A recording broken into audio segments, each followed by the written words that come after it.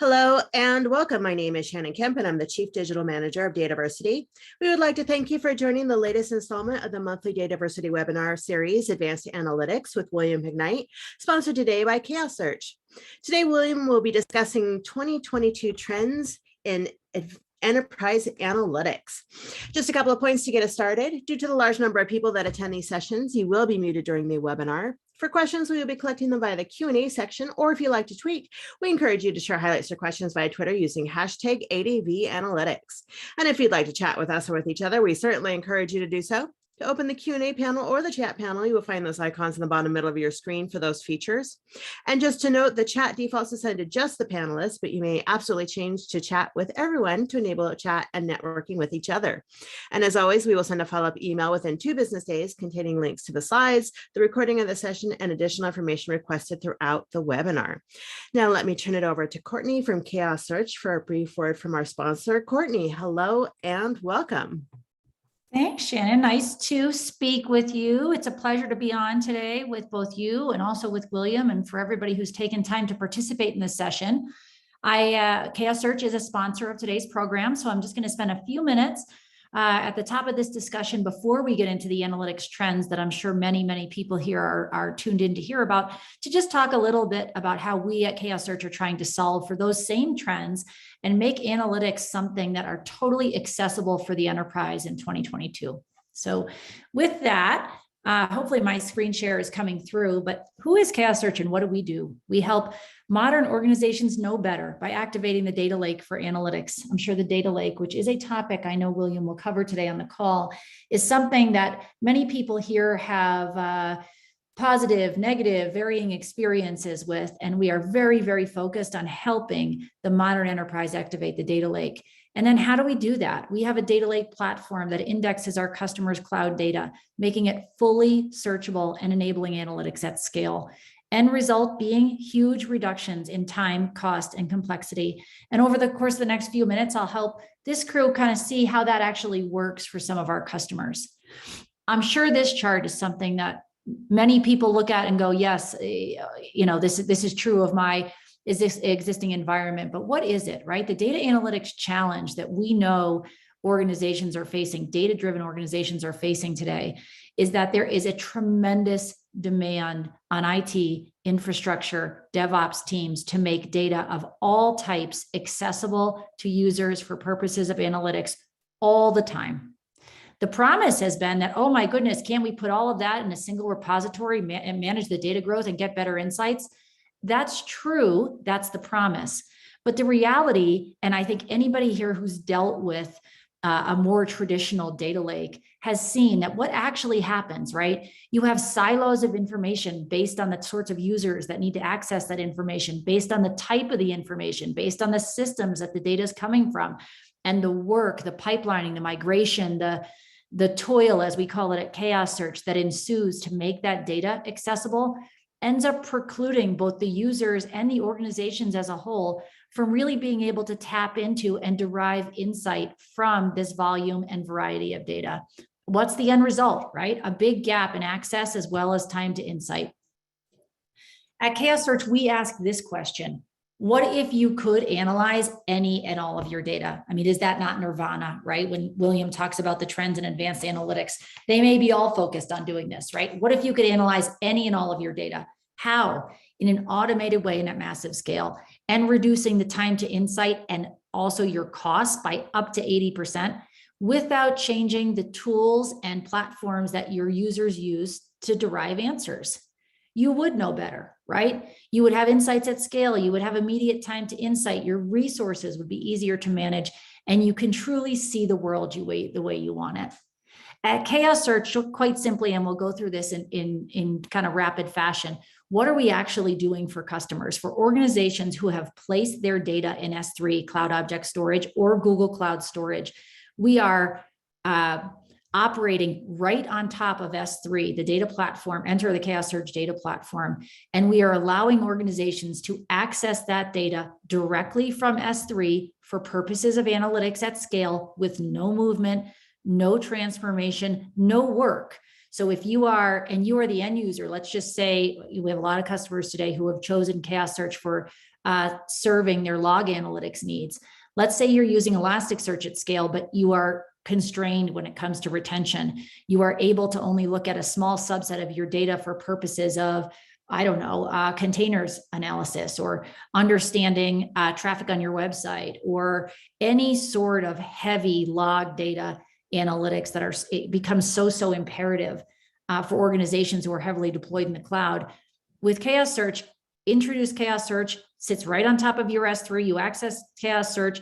We directly connect through an Elasticsearch, an Elastic API, and DevOps, SecOps users are able to access their information at scale with no change to how they do their jobs every day.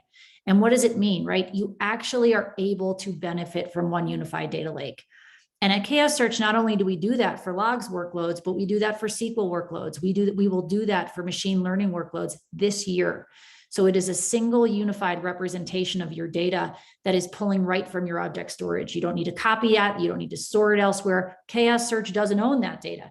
We are virtualizing that data and representing it to the users in a way that really allows them to do more quickly. How do you do it? It's very simple. Insights at scale. We store, connect, analyze. We tell all of our customers the same thing. Store your data in S3. Many people have S3 or GCP. That's your baseline. You can, if you're in S3 and you have your data or in Google Cloud Storage, you can connect to Chaos Search in less than 5 minutes. You connect it to your bucket, you click to index, you create a review. And then what is step 3? Using whatever tool of choice. Let's think about Kibana, for example, and being able to come in through that tool as an analytics offering. You can analyze on demand. So if you are sitting in cloud object storage in either Google or S3, you can activate Chaos Search in 5 minutes or less. You could do that on your at our website if you choose to do that. But the point is really that it's meant to be very simple. But what does it mean from a benefits perspective? What we really care a lot about, and what this question has been about the data lake for years now, is the concept of a data lake is so everybody gets it. Of course, you want to place your data into a lake where multiple users can access it, but the reality has been hard. If you look at a traditional log scenario where you have multiple clusters of Elasticsearch, which we're showing here on the left, you're limited in terms of retention. You're siloed in terms of representation of that data. You have downtime when you're thinking about how you can access any of this information and move it around at scale. And the silos themselves preclude you from having a singular view. It is as simple as what is shown on the right side here, which is with Chaos Search, you're getting rid of all of that complexity and you are actually able to benefit from a singular data lake where both scale and retention are unlimited. So clearly in that scenario, you can see how getting rid of a lot of that work that really happens today and also making this a much more streamlined experience for all of your users allows you to both save time and money.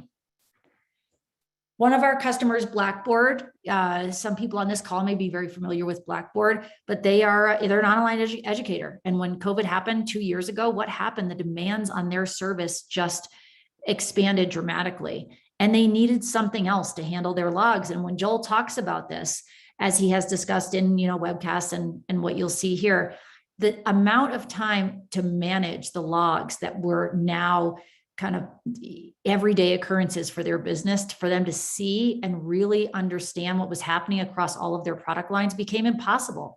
And with Chaos Search, they are able to get that singular unified view of their logs without the work. So they're seeing more, they're getting answers more quickly, and the management has really gone away. And with that, I hope, oh my goodness, it's 9 past.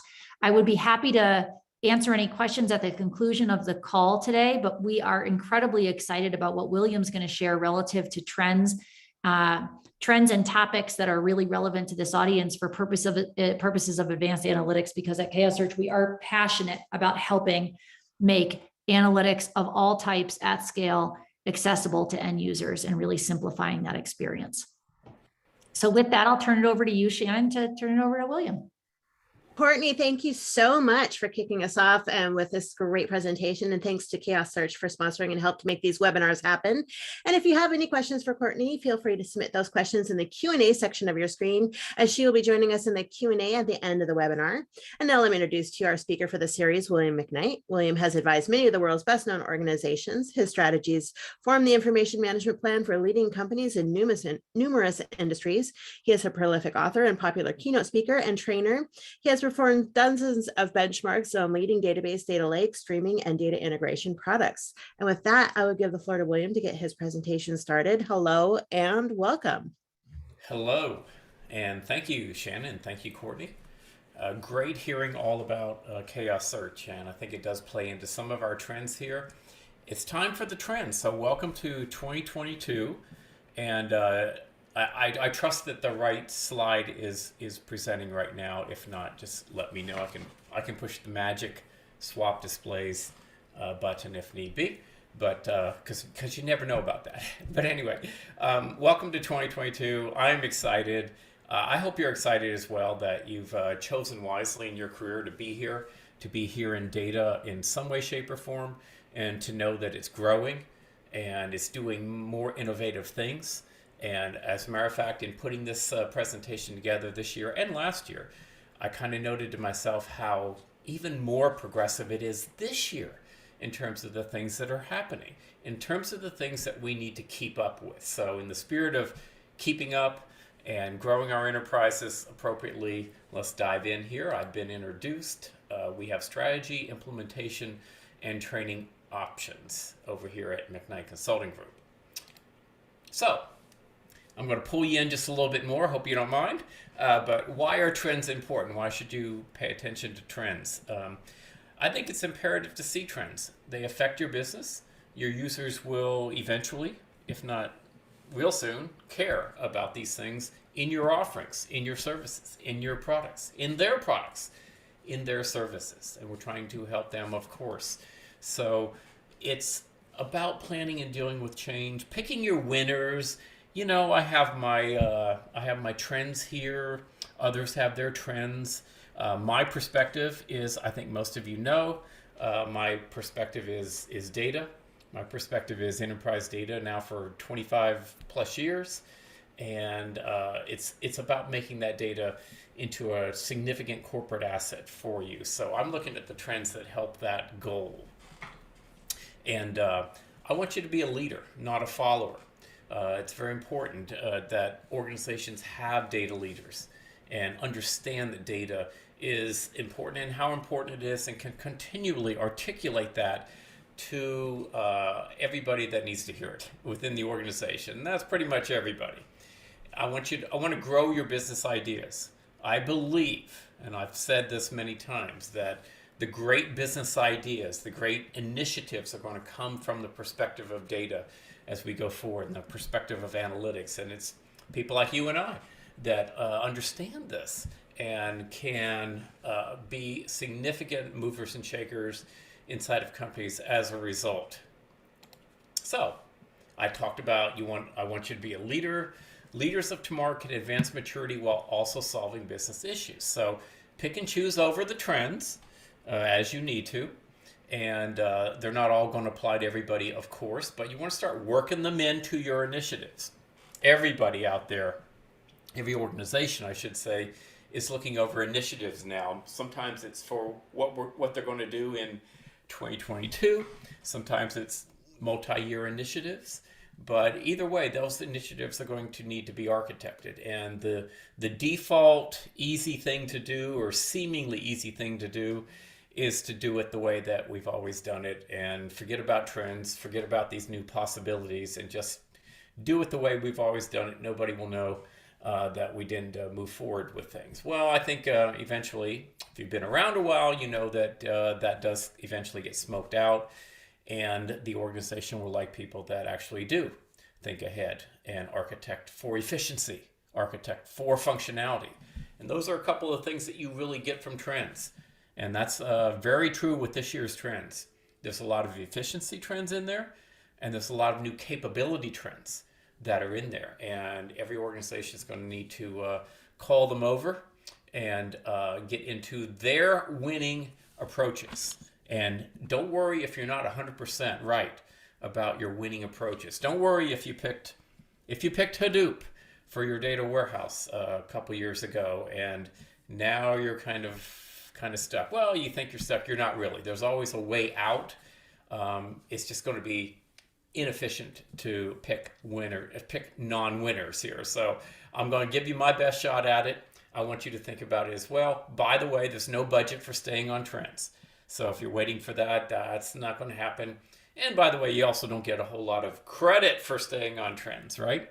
In an enterprise, we get credit for meeting enterprise goals. Okay, quickly. Last year's trends. Here they were, and I admit, as I look over these, I didn't phrase them all in terms of a good letter grade applicable kind of trend, right? Like remote work continues. That was one of the easier trends, right? So let me just go through them quickly. See how I did. Some of these are going to carry forward in some way, shape, or form into 2022. Remote work certainly led by cloud capabilities. There was a strong tech rebound. So far, so good. Leading organizations are increasing a focus on AI and ML. Yes, absolutely.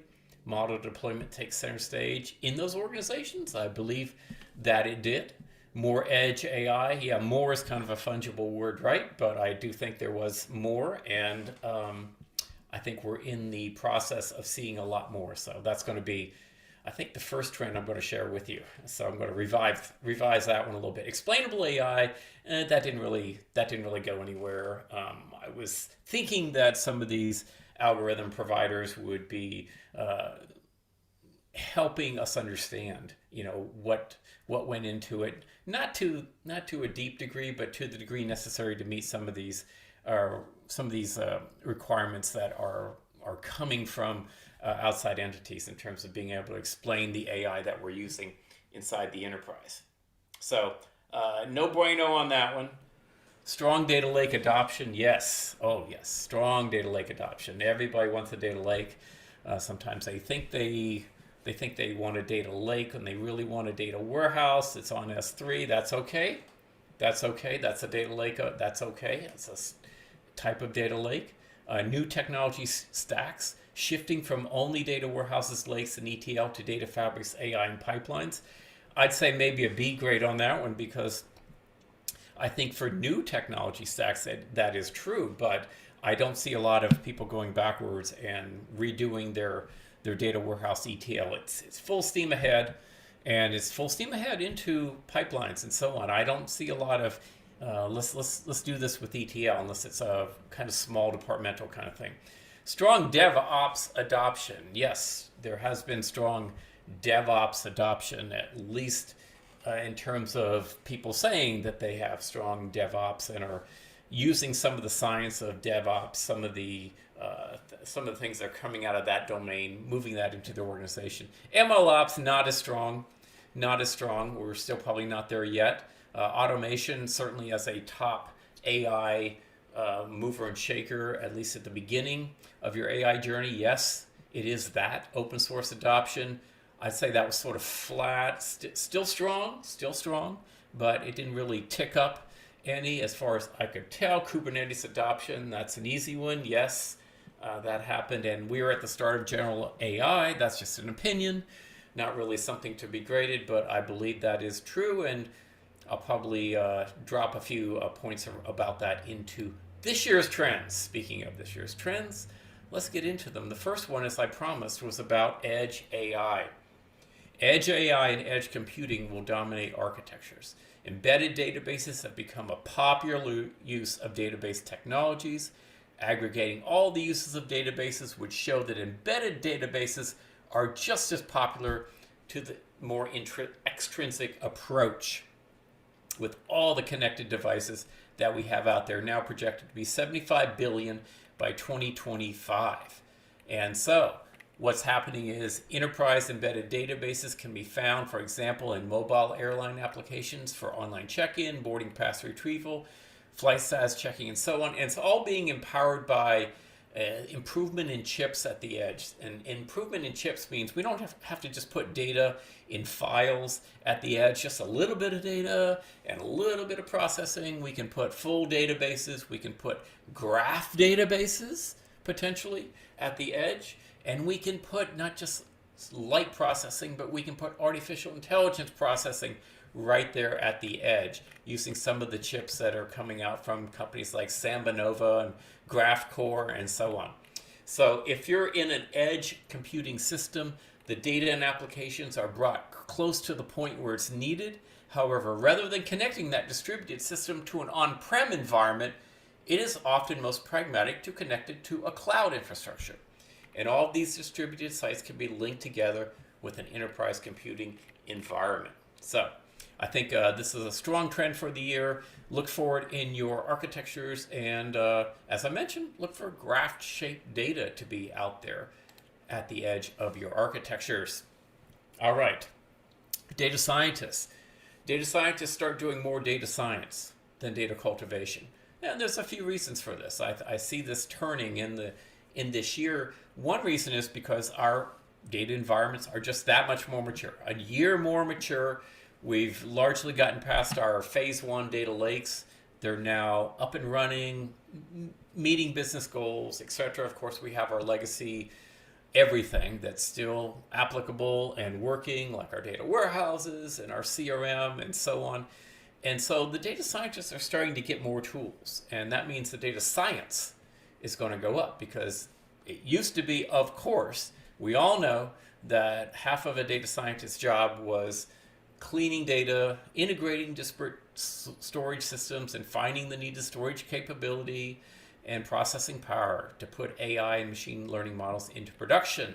But in 2022, we expect some relief because for one, the environments are more mature, as I mentioned, but also more machine learning tasks are becoming automated. It's not becoming such hardcore hammer to the chisel kind of thing where there's so much detailed work to get to something that actually makes sense in an organization.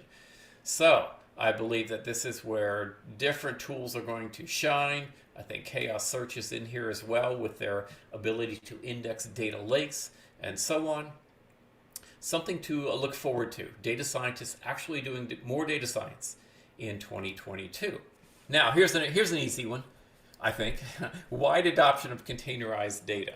So we expect to see more Kubernetes-ready distributed database platforms that have addressed the challenge of stateful persistence. That's the issue that's been holding back containerization. It's that stateful applications need persistent storage, have been leaning on legacy infrastructure in production, and I believe that this will abate in 2022. For example, Cockroach Labs offers this capability through a distributed SQL database solution architecture. This functions like a single logical database. I also see advances in security around containerized data. All of these things are pointing up for all development in many shops, at least. It's going to be with containerized data. Also, it's incredible how many tools, and they're mostly open source, that there are to empower Kubernetes developers and operators with powerful container orchestration. So this is becoming a little less big hammer and chisel kind of an approach as well. So we're seeing some support there for building containerized applications, containerized data, and so on. So I expect to see that development is going to be containerized, and it's going to be containerized largely with Kubernetes. To a large extent, this one's obvious, right?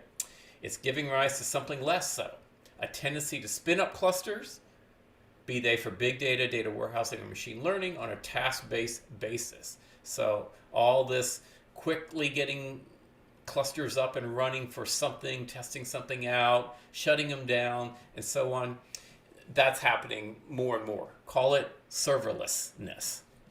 The architecture is the very substance of their advanced, for example, Cloudera data platform, and it's also being leveraged by Google for Spark on Kubernetes on their data proc. Ultimately, it's enabling new workloads, and it's making us more efficient, and it's making the architectures more efficient because you can port your development to new clouds or wherever you want to go in the future. Now, here's one that not everybody's even heard of, but I think I think it's going to take off in the new year. Synthetic data. Synthetic data. We've been held back doing AI modeling because of the lack of data. Now, I believe going forward, synthetic data will be a requirement to build the enterprise. The enterprise cannot be built without this use of a lot of data for AI capabilities, which requires a tremendous amount of high quality labeled data. We all know this. They're connected to a high degree, AI and data, of course. And so synthetic data is there's starting to become a lot of startups that are emerging for structured data, for unstructured data, etc. And this is all going to improve and enlarge data lakes out there. And this is where most of this data is going. So, for example, most self-driving cars are built with synthetic data produced in simulations. So some of the startups, if you want to look them up, mostly AI, Y data, and there are a few others, and I'm very hopeful about. Data fabric. I'm being careful with my words here. Data fabric is going to see an uptake. So data fabric, let's start with that. It's a data management architecture that can optimize access to distributed data and intelligently curate and orchestrate it for self-service delivery. This is a strong trend. It's kind of like the old data virtualization, only instead of just database to database, it's architecture to architecture. And I think that we're seeing a lot of companies say, look, this is how we've grown up. We've grown up building silo architectures, but there's something we can do to make them work together, at least to some level, without bringing them all together in one big architecture, which we know will never happen. And that is the data fabric. So I think 2022 is going to see significant growth and interest in data fabric solutions. However, I also believe that it's going to become a pretty hollow term. I remember for quite a while, data warehouse was a pretty hollow term. Data lake, it's just sort of coming out of that phase where it was a pretty hollow term, where we could talk to people and talk about data warehousing or data lakes back in the day, and we could be on completely different planets in terms of what we were talking about, yet have a conversation or think we were meeting the minds.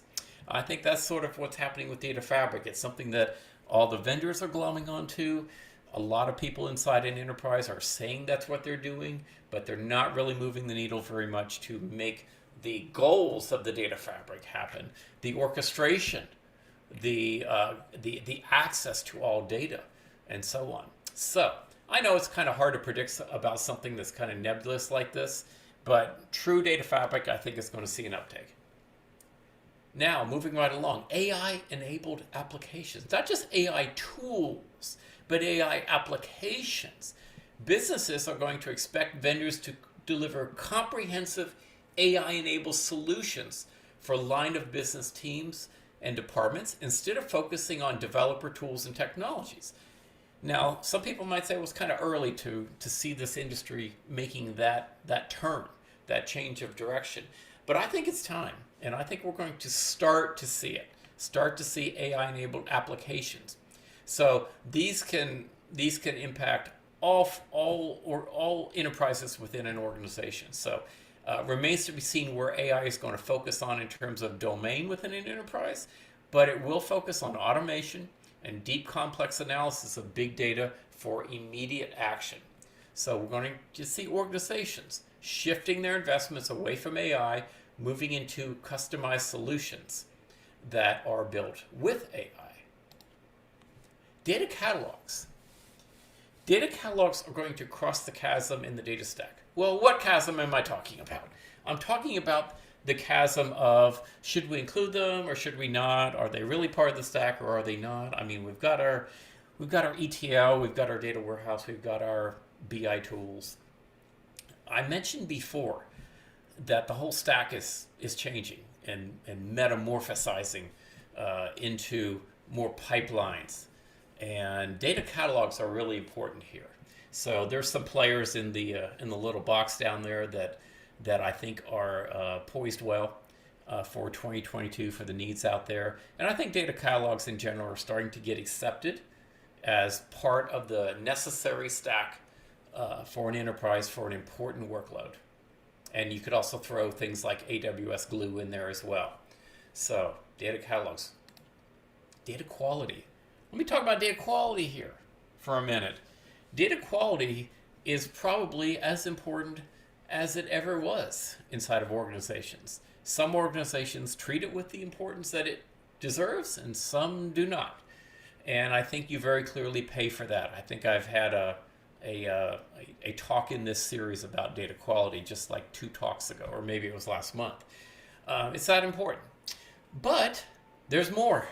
Now that we're into pipelines, we're into data fabrics, some of us are doing data meshes. It's more complicated. We have data catalogs to try to track everything. But what about taking action on what we're seeing out there inside of these new stacks and these new pipelines? And that's data observability. And I think that the people that are in data quality today are going to morph into people that are in data observability tomorrow. They're going to be responsible for data quality as well as the different things that we see here. Auto-discovering and adapting data quality rules, proactive monitoring and anomaly detection, unified scoring and personal alerts, data reconciliation and masking, all these things that are done with data observability. Most likely with a tool, Calibra's, in my opinion, positioned pretty well here for the future. So data observability. Strong trend. Okay, here's another strong trend. Streaming analytics. Streaming analytics in general, yes, but streaming analytics with IoT, definite big upswing in that. So we've got our live device log data. It's going into a Kafka, maybe a Pulsar, maybe a RabbitMQ type of thing. And then it's going into your stream processing. A lot of us are using Spark, but there's other alternatives there as well. Moving that into our data lake, and eventually the data warehouse. I don't mean eventually like it's a long time. It's pretty rapid in terms of what needs to happen. The number of devices that are connected to the internet is growing at a rapid pace. This is known as IoT, of course. IoT refers to all those physical objects or things that are connected, and it's expected to grow exponentially this year. And as more devices are connected to the internet, the volume of data generated will also increase. And we absolutely need streaming analytics, not old school ETL, to handle this type of data as well as some other types of data. But I'm putting a prediction here on IoT type data because it's a strong trend, and streaming analytics is a definite must in terms of all that. You got real-time data, and you have to take appropriate action on that data before a problem becomes critical. Some of this ties into my edge architecture trend back at the beginning of the talk. Moving right along. Sensors and automation will drive data volume. So we all know data volume is growing. There doesn't seem to be any abatement of that. It's going to happen. AI is going to dominate factories and begin to serve in many roles in society. Not necessarily 100% in 2022. It's not what I'm saying. But we're going to start to see more AI augmented teachers, cooks, pharmacists, law enforcement officers, athletes, and other professionals. Universal translation. Hundreds of sensors are going to be installed in our clothes, homes, and overall environment.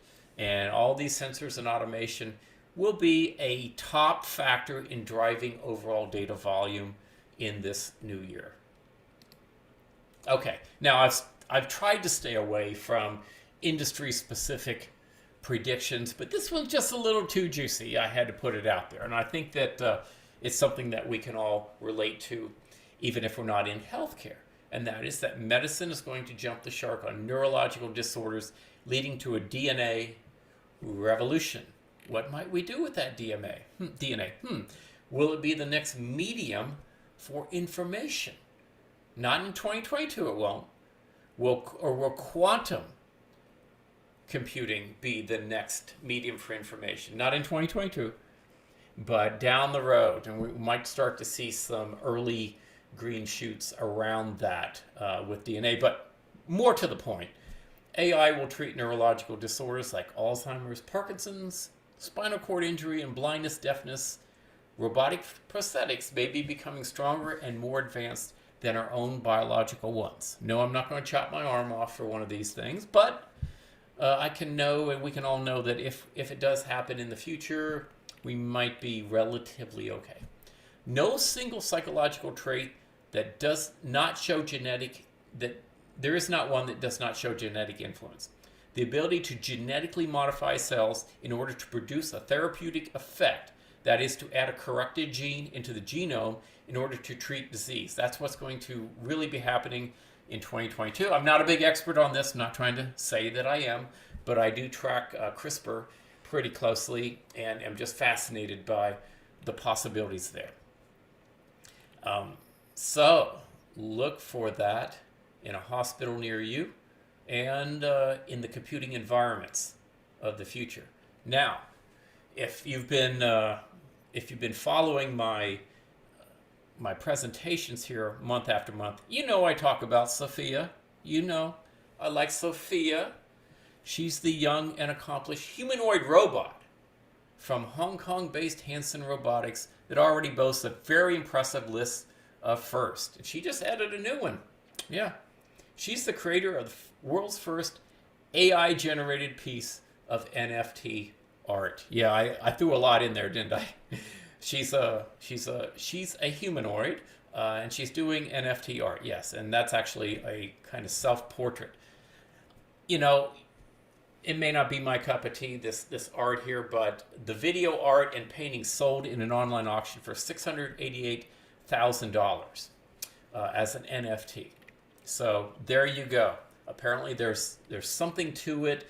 I think we're going to see more AI moving hard into design of things, design of whiskey, design of, whiskey, for example, comes with a lot of variables, right? What casks going to be used, what the cask held before, what the ingredients are, how long it's going to sit there, and so on. There's actually 70 million different recipes that AI has created for whiskey, and then it can curate that into what it thinks is going to be the most popular and of the highest quality based upon, the cask types that you may have on hand. So it's getting into that.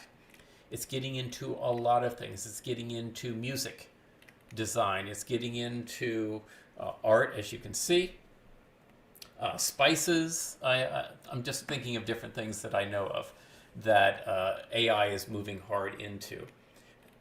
This is, by the way, as bad as the tech is ever going to be, it's just going to be a whole lot better as time goes on. This brings up my opportunity to let you know that we're having an NFT here at Advanced Analytics. We can get a picture of me giving this presentation. I'm only kidding. They do seem to be everywhere there, though, don't they? I'm going to stay away from it because that's not enterprise analytics, but I think that's an interesting area as well. I do think, and this is kind of off topic, but I do think that this will be the year of deepfakes. We're going to start to see deepfakes and not know what to do with them and be fooled, be faked out, if you will, by many deepfakes. And we'll see what kind of chaos that causes. Keep an eye out. Keep a skeptical eye out as you go forward in 2022. AI will also be conversational. So we'll get to talk to people that have maybe historical people, just people for companionship and so on and so forth through AI. I won't go too far there. I'll actually come back on that point, though, in another minute or so. And that design from AI is going to extend to tech and software. What we do, okay? Google said that a chip that would take humans months to design can be dreamed up by its new AI in less than 6 hours. The AI has already been used to develop the latest iteration of Google's tensor processing unit chips. The tech giant's engineers noted that the breakthrough could have major implications for the semiconductor sector. So AI designing for things like that as well. And I'll throw in another technology here, and that's AutoML, something I'm feeling like has high markers here for the new year. AutoML, it's a machine learning model designed to create other machine learning models and helping you to automatically select the algorithm, something that we're largely doing by choice and making a human decision about today. So at some point in the future, will AI be writing most of the computer code out there? Are we at the start of that? I think we are at the start of that. AutoML is one of the technologies that's enabling that, but there are others.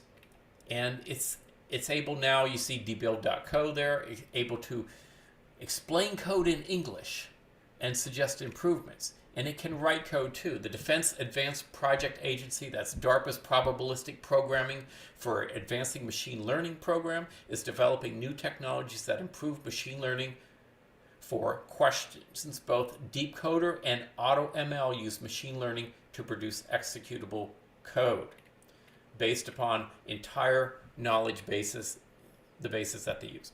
Can not only generate the entire data hierarchy for a project, but also the entire user interface and the middle layer. I hope I haven't made any of you sad by saying that. There's continual need for STEM out there. It's just going to morph. It's going to grow, and it's going to morph. AutoML, moving right along here. AutoML cements itself as the future of ML. AutoML tools enable self-service data science. Using no-code, low-code tools, businesses can build, train, and deploy data models for deep analysis and insight generation. Some examples on that: Tableau has made this concept of business science a priority. So business science, that's like self-service data science enabled by augmented intelligence and machine learning. Click acquired Big Squid for its AutoML capabilities. Alteryx made AutoML a centerpiece of its May 2021 platform update, and we're just going to see more and more of this coming in 2022. It's not going to be as robust as a trained data scientist in 2022, but it's so useful. It's a great starting point, and I think we're going to see more use of AutoML in 2022. Now, my last prediction here is GPT-3. GPT-3. Now, maybe you've heard me talk about GPT-3 before and call it a trend before, and I'm calling it still a strong trend. So much to go on with GPT-3. It was trained on hundreds of billions of words in cookbooks, so essentially it can do anything that you might think AI should do with words, with text. So it can't do all of that maybe as well as it will. Well, clearly it can't, but it can do a lot of different things. I talked about the training. It calculates how likely one word is to appear in a text given the other words in the text. So this is known as the conditional probability of words. So it's really good at that. So for example, if I'm going to the gym and I go to get my blank, GPT-3 can intelligently fill in that word. And it probably would not put the word piano in there, right? Might put the word shoes in there, or towel, or something that's appropriate. Microsoft has the license to the exclusive use of GPT-3, and I think that is one of its strong assets. The public can still use it to receive an output. I'm actually in the beta program, but only Microsoft can control the source code. Now, as I yell from the mountaintops here about GPT-3, I do note that the Wu Dao 2.0 model was created by the Beijing Academy of Artificial Intelligence and developed with the help of over 100 scientists. And what makes this pre-trained AI model so special is the fact that it uses 1.75 trillion parameters. GPT-3 uses 175 billion. So quite a difference there. Now, I haven't touched it. I am tracking it, and it's being used to simulate conversations, understand pictures, write poems, and even create recipes. A lot of the things that GPT-3 does as well. So this is all in the area of natural language processing, NLP. You see that there. It will continue to evolve, understand speech rhythms, along with all of our human idiosyncratic speech patterns, ums, ahs, and words with mixed meanings. It will continue to learn which ones apply, making it much more reflective of human speech and much more able to direct queries and resolve concerns. We see NLP now implemented in our enterprises in terms of the help desk, in terms of the call center, in terms of contract management, and a lot of different things like that. Anything really that has to do with text, I think we're going to start to think about NLP and maybe specifically GPT-3 in 2022. Okay, so we've had a little journey through trends for 2022. You may agree or disagree, that's fine. I hope you give it some thought, come up with your own lists, and go forward into those things. And I think you'll find it really super exciting to do so. There's more maturity in moving imperfectly than in merely perfectly defining shortcomings. We can all point at things and say, well, that's wrong. Well, there are reasons it is the way that it is. Let's be a part of the change, right? So build your credibility, tout these or your preferred approaches for 2022, what you think is going to be necessary for your organizations to meet their goals. Don't talk yourself out of having a new beginning. Have an open mind. No plateaus are comfortable for long. And any resistance that you find is probably not about being a leader. It's probably not about getting to the end game. It's probably about the journey. So be sure you address the journey as you start to talk about these winning approaches in 2022 in your environments. And just a quick recap here: Edge AI, containerized data with Kubernetes, synthetic data, avoiding miscommunication like around the data fabric. So that's a winning approach. The data fabric itself you might consider a winning approach as well. But my main thing there is let's be on the same page as to what we're talking about. AI-enabled applications, data catalogs, data observability, streaming analytics, AI design, AI complementing human design there, AutoML and GPT-3 as an example of NLP that I think will be strong in 2022. And with that, I will turn it back to Shannon and look forward to your questions. William, thank you so much for this great start to the 2022 new year. Really appreciate it. Thanks to Chaos Search. If you have any questions for Courtney or William, feel free to submit them in the Q&A portion of your screen and just answer the most commonly asked questions. Just a reminder, I will send a follow-up email by end of day Monday for this webinar with links to the slides and links to the recording of the presentation along with anything else requested.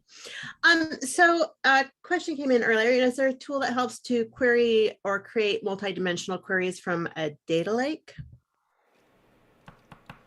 I'm happy to take a pass at that, Shannon, if helpful. Yeah, absolutely. So I guess the dimension, Patricia, maybe I'm happy to follow up separately. The dimension, depending on the dimension of the query itself, there could be other solutions, but I would certainly be remiss if I didn't say that that is a big part of what Chaos Search is trying to do and what we consider to be multi-model analytics, right? So we can help you run logs queries, so text style queries or SQL queries on this same data set in your lake in one singular platform. So kind of like you could be using Looker to run a SQL type query and represent that data as such, and use Kibana to run a log query, same data set, no isolation of those sources, singular result.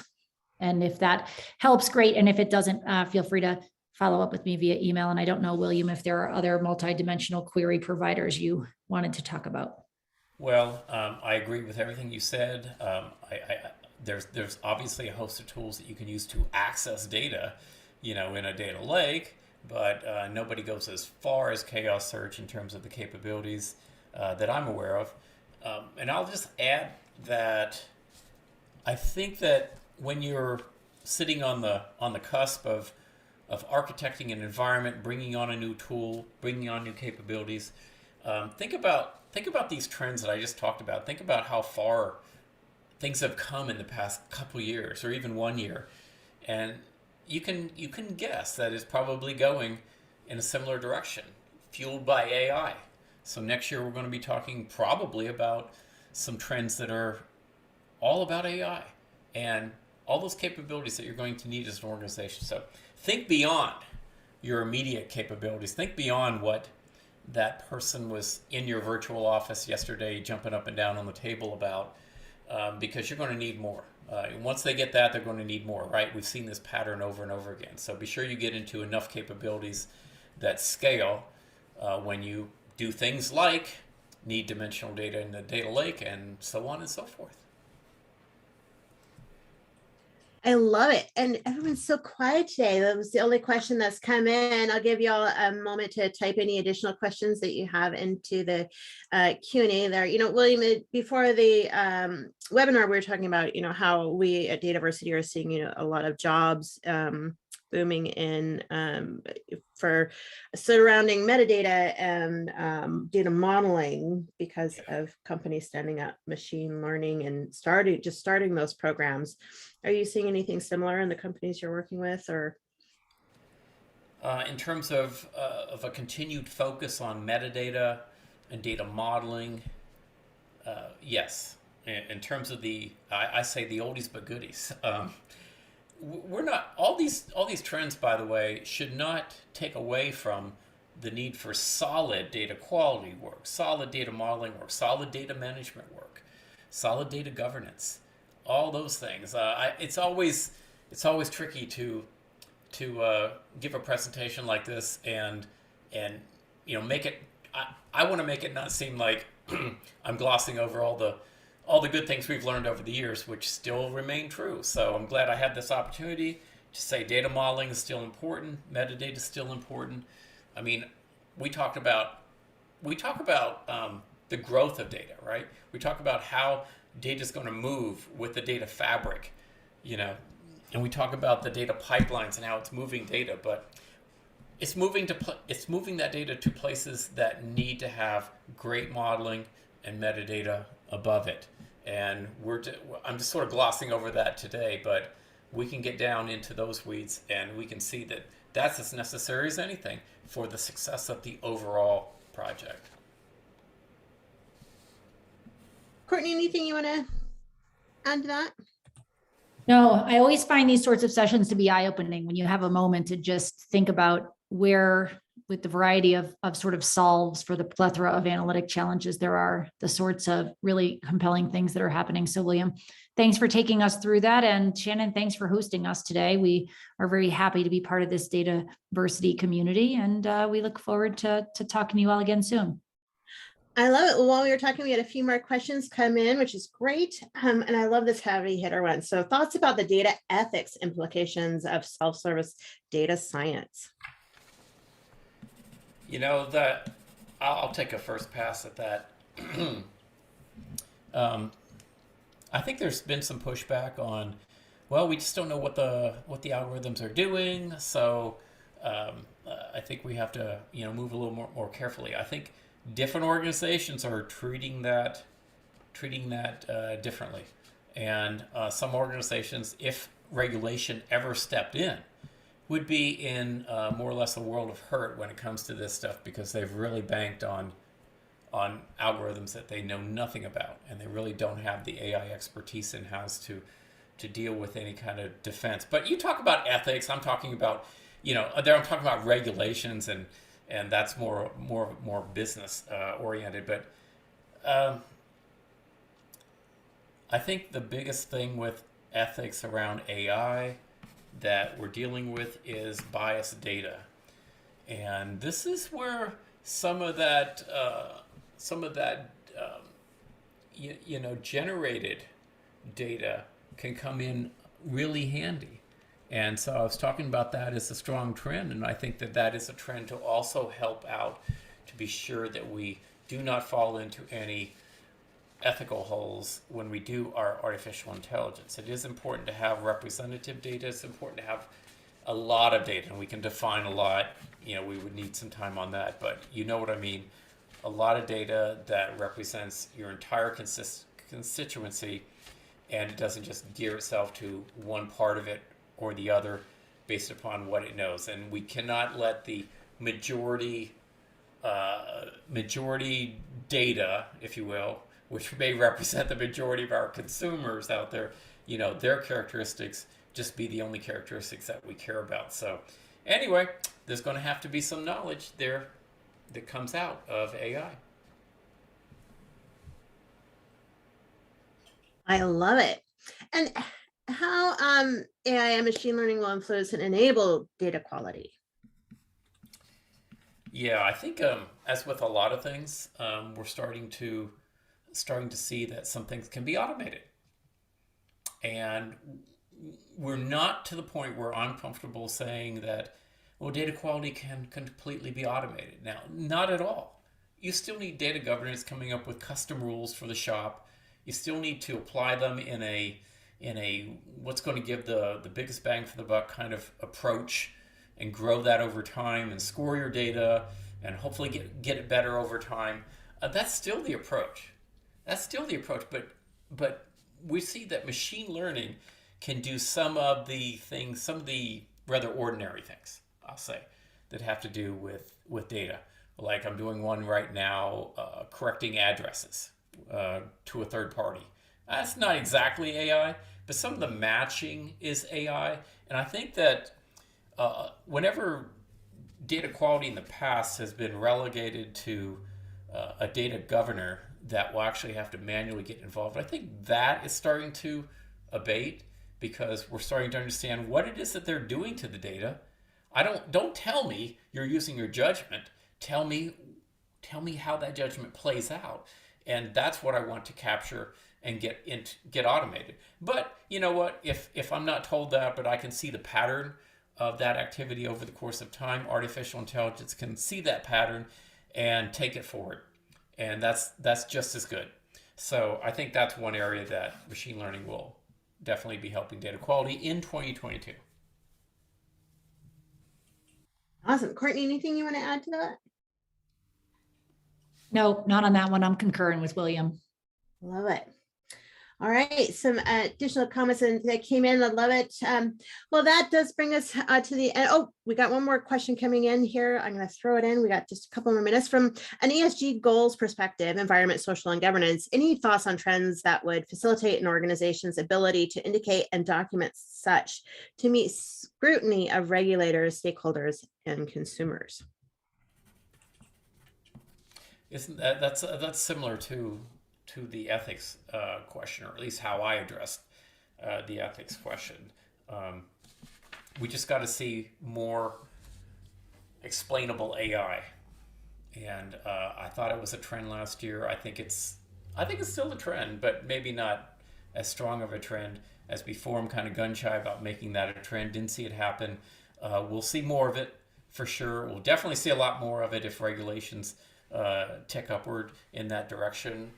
If you're in Europe, you have more of this now already than we do here in North America. So there you go. It's going to be somewhat regional as well.